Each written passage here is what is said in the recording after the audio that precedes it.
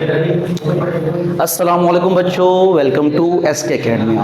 बेटा आज हम डिस्कस करेंगे चैप्टर नंबर 4 के न्यूमेरिकल नंबर 7, 8, 9 को। बेटा प्रीवियस वीडियो में हम लोग डिस्कस कर चुके हैं चैप्टर के न्यूमेरिकल नंबर 4, 5, 6 और उससे लास्ट वाली वीडियो में हमने डिस्कस किए थे न्यूमेरिकल नंबर 1, 2, 3। चलते हैं बच्चों न्यूमेरिकल नंबर 7 की तरफ। न्यूमेरिकल नंबर 7 रीड करते हैं। अच्छा बेटा, जो न्यूमेरिकल नंबर हमारे पास इससे पहले थे उसमें हमारे पास इक्वेशन ऑफ मोशन के न्यूमेरिकल्स भी थे, यानी कि लीनियर फॉर्म वाली भी और सर्कुलर फॉर्म वाली भी। उसके अलावा हमारे पास ऑर्बिटल वेलोसिटी के न्यूमेरिकल थे। बच्चों आज जो न्यूमेरिकल हम लोगों ने डिस्कस करना है बच्चों, वो न्यूमेरिकल हमारे पास है बैंक कर्व से रिलेटेड। सिंटेक्स बोर्ड्स में, सिंटेक्स बोर्ड में बच्चों ये जो हमारे पास बैंक कर्व वाला टॉपिक है ये न्यू टॉपिक है, ये ओल्ड बुक में हमारी मौजूद नहीं था, तो इस टॉपिक के न्यूमेरिकल बच्चों हमारे लिए न्यू है। बच्चों याद रखना कि हमारे पास बैंक कर्व होता क्या है। एक ऐसा हॉरिजॉन्टल कर्व जो ग्राउंड के साथ एंगल बना रहा हो, तो ऐसे हॉरिजॉन्टल कर्व को हम लोग क्या नाम देते हैं? बैंक कर्व का नाम देते हैं। बैंक कर्व काम क्यों आता है बच्चों? जो हमारे पास रेसिंग ट्रैक्स होते हैं ना, रेसिंग, तो मैं आपको छोटी सी एग्जांपल देता हूँ। जिस तरह अगर कोई गाड़ी हमारे जिस तरह रोजमर्रा के जो नॉर्मल रोड्स हैं बच्चे, जो हमारे नॉर्मल रोड्स होते हैं ये लीनियर रोड होते हैं, और इन रोड्स के ऊपर बच्चों जो टर्न आता है ना बेटा, इन रोड्स के ऊपर बच्चों जो टर्न आता है, स्ट्रेट रोड है उसका बच्चों टर्न भी हमारे पास क्या होता है? लीनियर टर्न होता है। इस रोड का बच्चों हमारे पास टर्न भी क्या होता है? लीनियर। लेकिन लीनियर टर्न होता है जिसकी वजह से बेटा हम लोग जब टर्न के ऊपर गाड़ी पहुंचती है तो गाड़ी की स्पीड को स्लो करना पड़ता है, क्योंकि बच्चे आप जानते हैं कि हमारे पास अगर हम लोगों ने टर्न करना है तो जब गाड़ी कर्व में होगी, टर्न कर्व में होगा बेटा, तो टर्न हमारे पास एक कर्व पाथ हमारे पास क्या होता है? सर एक कर्व पाथ हमारे पास एक सर्कल का हिस्सा होता है। तो बेटा सर्कल, अगर कोई बॉडी सर्कुलर पाथ में घूम रही है तो उसके पास होती है सेंट्रीपिटल फोर्स। सेंट्रीपिटल फोर्स वो फोर्स होती है जो बॉडी को सर्कुलर पाथ में घुमा रही होती है, यानी कि उसकी डायरेक्शन होती है बेटा टुवर्ड्स द सेंटर। बच्चों इसके ऑपोजिट ही हमारे पास एक फोर्स होती है सेंट्रीफ्यूगल फोर्स, जो बेटा इसके ऑपोजिट होती है। इसकी डायरेक्शन क्या होती है बेटा? इसके ऑपोजिट, यानी कि वो माइनस का सैंपल ये शो कर रहा है कि जो FC है वो, जो FG है बेटा हमारे पास वो नेगेटिव है, यानी कि ऑपोजिट डायरेक्शन में है किसके मुकाबले में? सेंट्रीपिटल फोर्स के मुकाबले में। तो इस सेंट्रीपिटल फोर्स, इस सेंट्रीफ्यूगल फोर्स का क्या काम आ गया इस बैंक कर्व के अंदर? बच्चों हमारे पास होता यह है, टर्न के ऊपर जब भी हम लोग गाड़ी को टर्न कर रहे होते हैं तो बेटा इस टर्न के ऊपर हमारे पास ये होता है कि जब गाड़ी जाती है तो क्योंकि टर्न कर्व पाथ होता है, और कर्व पाथ किसका हिस्सा होता है? एक सर्कल का हिस्सा होता है। बेटा जो ये मैंने आइडियल सर्कल ड्रॉ किया, जो ये मैंने सर्कल ड्रॉ किया बच्चों, हमारे पास एक आइडियल सर्कल है। बेटा हमारे पास जब गाड़ी कर्व पाथ में यानी कि टर्न के ऊपर मूव करती है तो बेटा उस गाड़ी की जो फ्रिक्शन फोर्स होती है ना, अगर वो फ्रिक्शन फोर्स कम हो जाए, फ्रिक्शन फोर्स की डायरेक्शन में बच्चों हमारे पास सेंटर की तरफ ही होती है, यानी कि फ्रिक्शन फोर्स अगर कम हो जाएगी तो इसका मतलब कौन सी फोर्स कम हो गई? सेंट्रीपिटल फोर्स कम हो गई। और जब सेंट्रीपिटल फोर्स कम हो गई तो कौन सी फोर्स ज़्यादा हो गई? सेंट्रीफ्यूगल। सेंट्रीफ्यूगल फोर्स जब ज़्यादा हो जाती है बच्चों तो गाड़ी हमारे कंट्रोल से बाहर हो जाती है और गाड़ी रोड से उतर जाती है, और गाड़ी यानी कि रोड के किनारों से क्या हो जाएगी? टकरा जाएगी। तो बेटा रेसिंग ट्रैक्स के ऊपर क्या होता है? नॉर्मल रोड के ऊपर तो हम गाड़ी को लेकर जाएंगे, गाड़ी की स्पीड को स्लो कर देंगे टर्न के ऊपर, तो हम इजीली सक्सेसफुल टर्न गाड़ी को कर पाएंगे। लेकिन रेसिंग ट्रैक्स में ये होता है कि जब गाड़ी मूव कर रही होती है बेटा तो उस गाड़ी की स्पीड होती है 200 किलोमीटर पर आवर, 250 किलोमीटर या 300 या 400 प्लस। तो बच्चे उस टाइम अगर टर्न आता है ना तो उस टर्न के ऊपर आप स्पीड फौरन से कम नहीं कर सकते, यानी कि फौरन से स्पीड को आप 20 पर या 10 मीटर या 10 किलोमीटर पर आवर पर नहीं ला सकते। तो वहां पे जो रोड का टर्न होता है बच्चों, वो टर्न इस तरह बनाया जाता है कि वो टर्न जो होगा बच्चों वो बैंक टर्न होता है, यानी कि बैंक कर्व वाला टर्न होगा जो कि रोड के साथ, उस ग्राउंड के साथ एंगल बना रहा होगा। होता यह है अगर कोई टर्न हमारे पास लीनियर है तो हमें अपनी स्पीड कम करनी पड़ेगी, लेकिन अगर कोई टर्न बैंक कर्व है तो हमें अपनी स्पीड कम तो करनी पड़ेगी, लेकिन इतनी कम नहीं करनी पड़ेगी जितनी हमें लीनियर कर्व के ऊपर करनी पड़ती है। उसकी वजह बच्चों ये होती है कि जो बैंक कर्व होता है वो डिज़ाइन ही इसीलिए किया जाता है कि टर्न के ऊपर क्या करें, गाड़ी अपनी स्पीड को अगर कम भी करती है तो एक लिमिट में कम करेंगी। जो बैंक कर्व होगा उसकी भी एक स्पीड लिमिट होती है, यानी कि अगर कोई बैंक कर्व है तो उसकी स्पीड लिमिट 80 है, तो 80 किलोमीटर की स्पीड से अगर आपकी गाड़ी आएगी तो वो सक्सेसफुली टर्न कर जाएगी। अब बच्चों हमारे पास इस न्यूमेरिकल में वो हमसे क्या पूछ रहा है? What is the ideal banking angle for a gentle turn off 1.20 kilometre radius on a highway with 105 kilometre per hour speed. बेटा हमारे पास एक हाईवे है, उस हाईवे के ऊपर बच्चों हमारे पास क्या आया है, एक टर्न आया। अब वो टर्न हाईवे बेटा बेशक लीनियर है, लेकिन उस हाईवे के ऊपर जो टर्न आया ना बेटा, वो लीनियर टर्न नहीं है, बल्कि वो कौन सा वाला टर्न है, बैंक कर्व वाला टर्न है।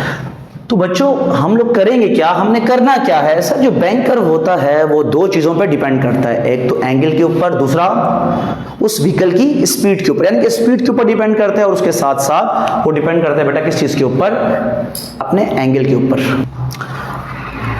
बच्चों आपके सामने बेटा हमें इस न्यूमेरिकल में कितनी चीजें गिवन है, एक तो हमें ये रेडियस गिवन है बच्चों, दूसरा हमें ये स्पीड गिवन है बेटा। जो ये 1 किलोमीटर पर आवर की स्पीड है, इसी स्पीड को उसने इसमें दिया हुआ है 65 माइल्स पर आवर में। आप चाहो तो उसको किलोमीटर पर आवर से कन्वर्ट कर लो मीटर पर सेकंड में, चाहो तो माइल्स पर आवर से कन्वर्ट कर लो, लेकिन कन्वर्ट बच्चों हम लोगों ने किस में करना होता है, मीटर पर सेकंड में करना होता है।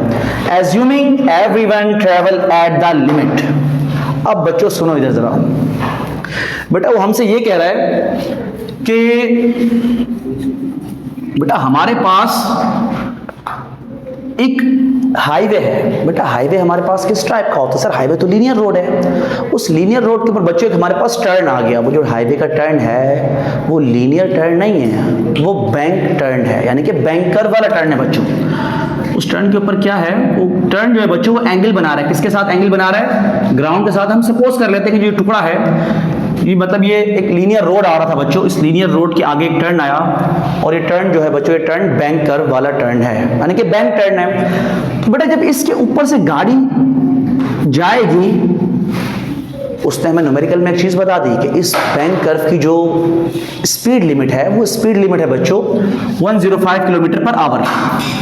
यानी कि अगर इस हाईवे से कोई गाड़ी आ रही है 200 किलोमीटर पर सेकंड की 200 किलोमीटर पर आवर की स्पीड से, और जब वो गाड़ी इस बैंक कर्व के ऊपर से टर्न होगी बच्चों, तो उस गाड़ी की स्पीड 200 किलोमीटर पर आवर नहीं होनी चाहिए। क्यों? क्योंकि जो टर्न है ये बैंक टर्न है, और इस बैंक टर्न की स्पीड लिमिट कितनी है, 105। तो हम अपनी स्पीड को कम कर लेंगे, और कितना कर लेंगे, हम ये कर लेंगे अपनी स्पीड को 105 किलोमीटर पर आवर पर ले आएंगे। ये चीज़ें हमें न्यूमेरिकल में इतनी गिवन नहीं है, मैं आपको एक्स्ट्रा इसके बारे में बातें बता रहा था बेटा। तो बच्चे सबसे पहले हमारे पास रेडियस गिवन है। बेटा रेडियस हमारे पास कितना गिवन है बच्चों, रेडियस हमारे पास गिवन है 1.20 किलोमीटर। बेटा उस रेडियस के बाद हमें क्या गिवन है, उस रेडियस के बाद हमें गिवन है स्पीड, यानी कि वेलोसिटी। कितनी गिवन है बच्चों, 105 किलोमीटर पर आवर। फिर से रिपीट कर देता हूं, हाईवे के ऊपर एक गाड़ी जा रही है, वो गाड़ी जब टर्न करती है तो उस हाईवे के ऊपर एक टर्न है, लेकिन वो टर्न बैंक टर्न है। तो बच्चों जब उस हाईवे के ऊपर से वो जो टर्न के ऊपर गाड़ी गुजरती है, तो बेटा वो जो टर्न है उस टर्न को लेकर हमने उस टर्न के अराउंड क्या ड्रॉ कर दिया, एक आइडियल सर्कल ड्रॉ किया बेटा। क्योंकि कोई भी कर्व जो होता है बच्चों, कर्व किसका पार्ट होता है, एक सर्कल का पार्ट होता है। तो वो जो आइडियल सर्कल ड्रॉ किया बच्चों, उस सर्कल का रेडियस कितना है, 1.20 किलोमीटर रेडियस है बेटा।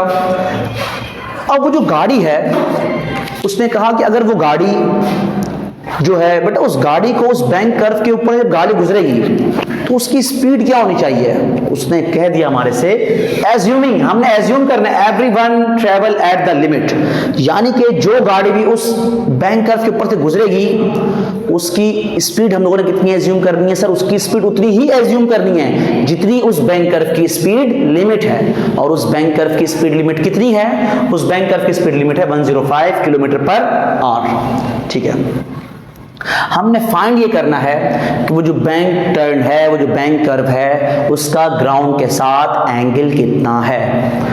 शुरू करते हैं बच्चों इसको। आर हमारे पास आ गया, वी आ गया, हम लोगों ने बेटा एंगल फाइंड करना है, थीटा फाइंड करना है, किलोमीटर पर आवर है, किसमें कन्वर्ट कर देंगे, मीटर पर सेकंड में। 105 मल्टीप्लाई बाय 1000 डिवाइड बाय 3600। बेटा 105 को मल्टीप्लाई करोगे 1000 से, डिवाइड करोगे 3600 से, बच्चा आपका आंसर क्या आ जाएगा, 29.16 मीटर पर सेकंड। ठीक है बेटा, बेटा ये दोनों स्पीडें हमारे को सेम दी हुई है, 105 किलोमीटर पर आवर कह लो या 65 माइल्स कह लो, कन्वर्ट हम लोगों ने किसमें करना है, मीटर पर सेकंड में। तो हम लोगों ने किलोमीटर पर आवर को किसमें कन्वर्ट कर लिया, मीटर पर सेकंड में। थीटा मालूम करना है बच्चों, उसका हमारे पास बेटा फॉर्मूला क्या होता है, हमारे पास बैंक कर्व के अंदर थीटा निकालने का बच्चों फॉर्मूला क्या होता है? बेटा हमारे पास फॉर्मूला होता है theta is equal to tan inverse v square upon r g. बेटा हमारे पास फॉर्मूला क्या होता है बैंक कर्व का? Theta is equal to tan inverse v square upon r g. बेटा हमारे पास कौन कौन चीजें हैं जो गिवन है? tan इनवर्स v स्क्वायर 29.16 का स्क्वायर अपॉन r बच्चों है। अच्छा बेटा हमारे पास ये भी किलोमीटर में है, इसको भी किस में कन्वर्ट करेंगे? इसको भी बच्चों हम लोग कन्वर्ट करेंगे मीटर में, तो 1.20 1 किलोमीटर में बेटा कितने मीटर होते हैं? 1000 मीटर। तो इसको मल्टीप्लाई कर लोगे बेटा आप लोग 1000 के साथ, आंसर आ जाएगा बेटा आपके पास 1200 मीटर। तो इस r की जगह पे बच्चों हम लोग क्या लिख लेंगे? 1200 मीटर मल्टीप्लाई बाय ग्रेविटी की वैल्यू बच्चों क्या होती है? सर ग्रेविटी की वैल्यू हम लेते हैं 9.8।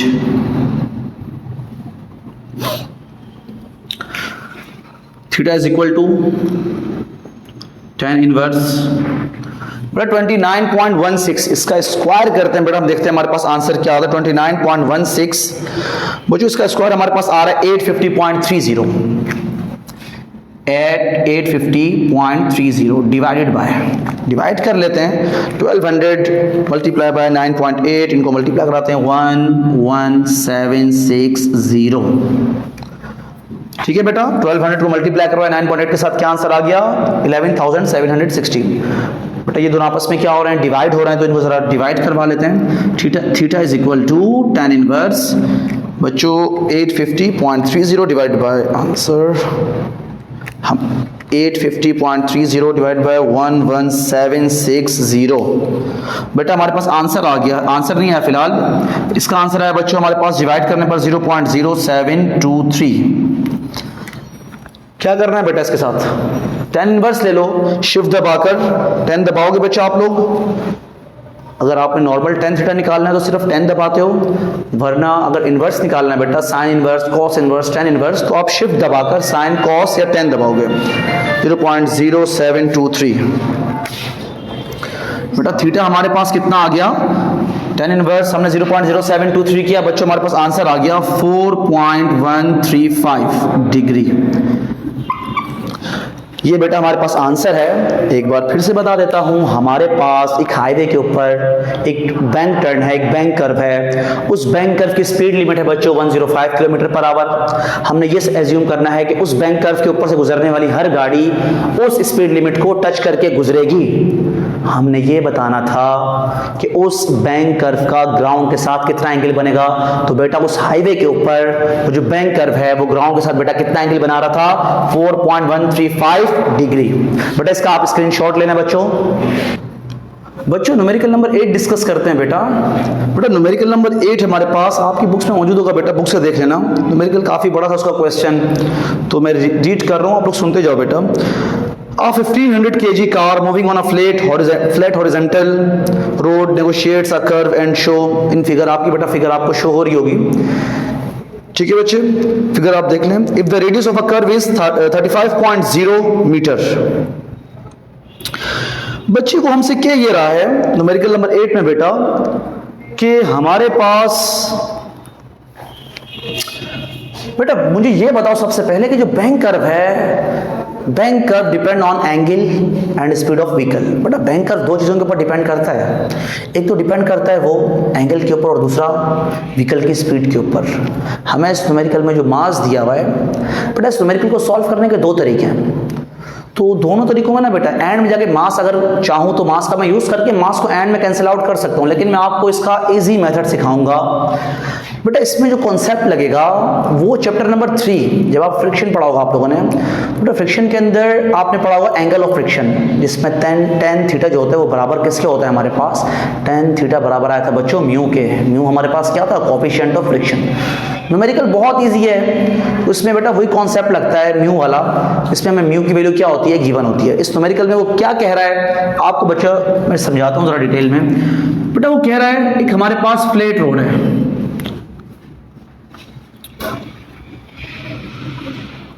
बेटा इस फ्लैट रोड के ऊपर एक गाड़ी जो है बेटा वो क्या कर रही है? बेटा एक गाड़ी मूव कर रही है।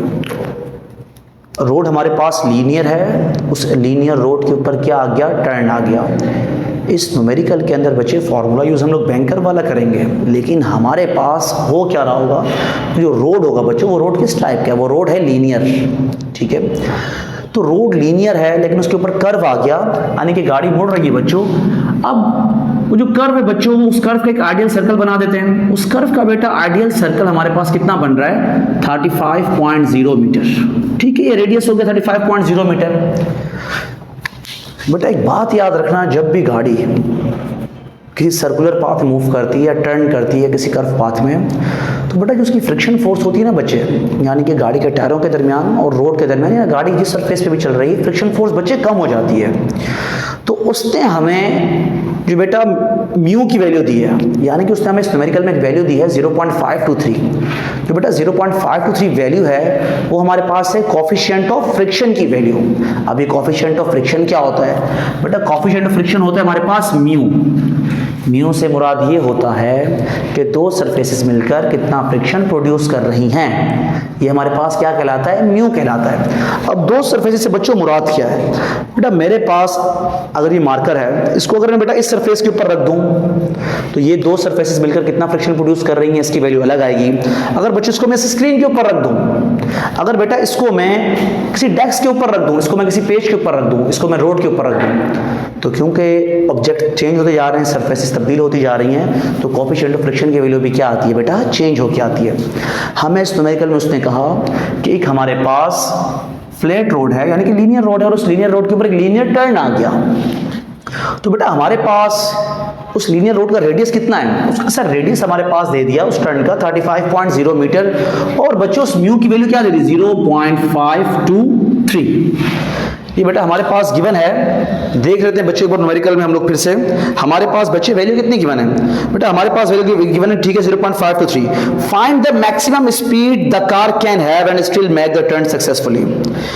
बच्चे हमने ये बताना है कि उस लीनियर रोड के ऊपर गाड़ी की स्पीड कितनी होनी चाहिए, ज्यादा से ज्यादा कितनी होनी चाहिए कि वो गाड़ी उस टर्न को बच्चे क्या कर पाए, सक्सेसफुली गाड़ी उस टर्न को टर्न कर पाए सक्सेसफुली। यानी कि गाड़ी लीनियर रोड के ऊपर जा रही है, तो लीनियर रोड के ऊपर लीनियर टर्न आ गया, उस गाड़ी की मैक्सिमम स्पीड कितनी होनी चाहिए, यानी कि अगर मैक्सिमम स्पीड से स्पीड ज्यादा हो जाएगी तो गाड़ी सक्सेसफुली टर्न नहीं कर पाएगी। गाड़ी बेटा या तो यहां ही निकल जाएगी बच्चे, या तो यहां आ जाएगी। यानी कि अगर बेटा वो टर्न उस तरफ कर रही थी, आप किसी तरफ भी सपोज कर सकते हो, जिस तरह मैंने सर्कल ड्रॉ किया हुआ है तो उसके मुताबिक बच्चों गाड़ी की तरफ जाएगी, गाड़ी उसके मुताबिक हमेशा बाहर की तरफ जाएगी। तो हमने ये बताना है कि गाड़ी की मैक्सिमम स्पीड कितनी होनी चाहिए कि गाड़ी उस लीनियर टर्न के ऊपर क्या कर जाए, सक्सेसफुली टर्न कर जाए।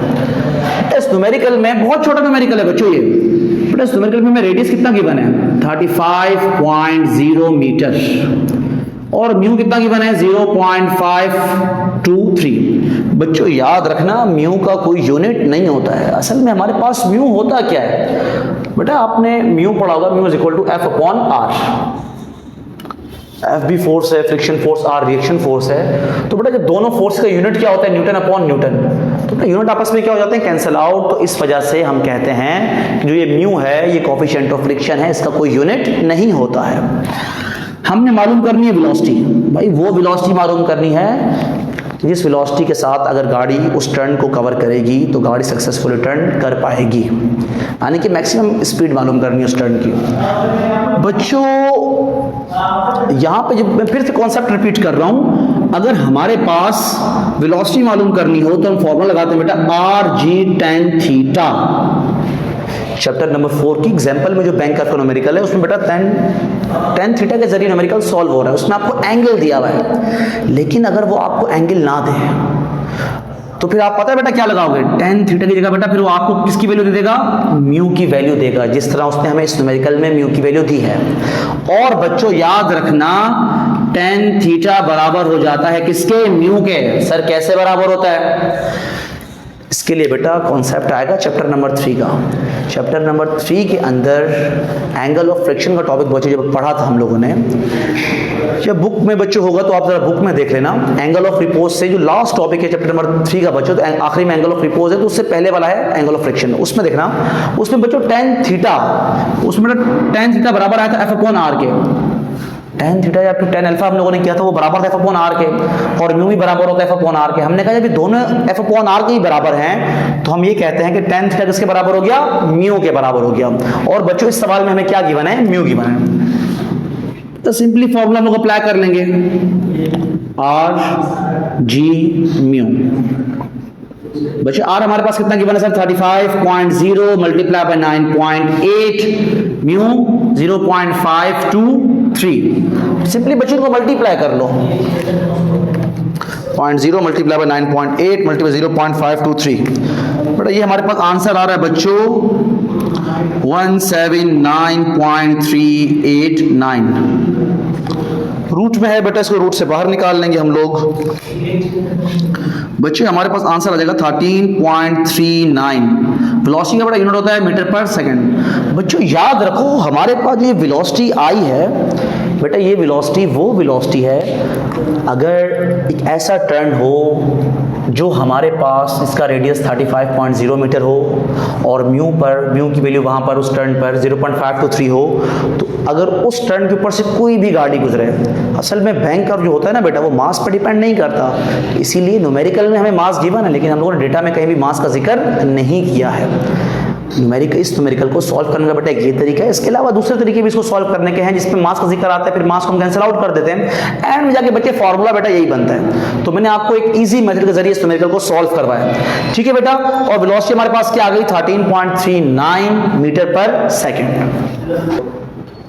बेटा न्यूमेरिकल नंबर हम लोग 9 डिस्कस करने जा रहे हैं। बेटा न्यूमेरिकल नंबर 9 हमारे पास ये मोमेंट ऑफ इनर्शिया टॉपिक का न्यूमेरिकल है। बच्चों बहुत ही इजी न्यूमेरिकल उसने दिया। बेटा जब आप लोगों ने मोमेंट ऑफ इनर्शिया का टॉपिक पढ़ा होगा तो उसमें बच्चों हमारे पास ये था, मोमेंट ऑफ इनर्शिया अगर हम किसी पार्टिकल, अगर हम किसी बॉडी को यानी कि हम अगर किसी बॉडी को बेटा कोई स्पेसिफिक नाम दे रहे हैं कि ये हमारे पास सॉलिड स्फीयर है, ये हॉलो स्फीयर है, और इस बॉडी का मोमेंट ऑफ इनर्शिया मालूम करना है, तो बेटा उस खास बॉडी यानी कि उसको जब हमने स्पेसिफिक नेम दे दिया तो फिर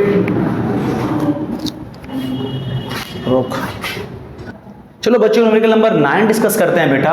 न्यूमेरिकल नंबर 9 हमारे पास मोमेंट ऑफ इनर्शिया वाले टॉपिक का न्यूमेरिकल है। मैं बात फिर से रिपीट कर रहा हूं, मोमेंट ऑफ इनर्शिया अगर किसी स्पेसिफिक बॉडी के लिए है जिस तरह हॉलो सिलेंडर, सॉलिड सिलेंडर, तो उसके लिए मोमेंट ऑफ इनर्शिया का अलग फॉर्मूला होता है। लेकिन अगर हम लोग किसी बॉडी को पार्टिकल सपोज कर रहे हैं तो एक ही फॉर्मूला होगा I = mr²।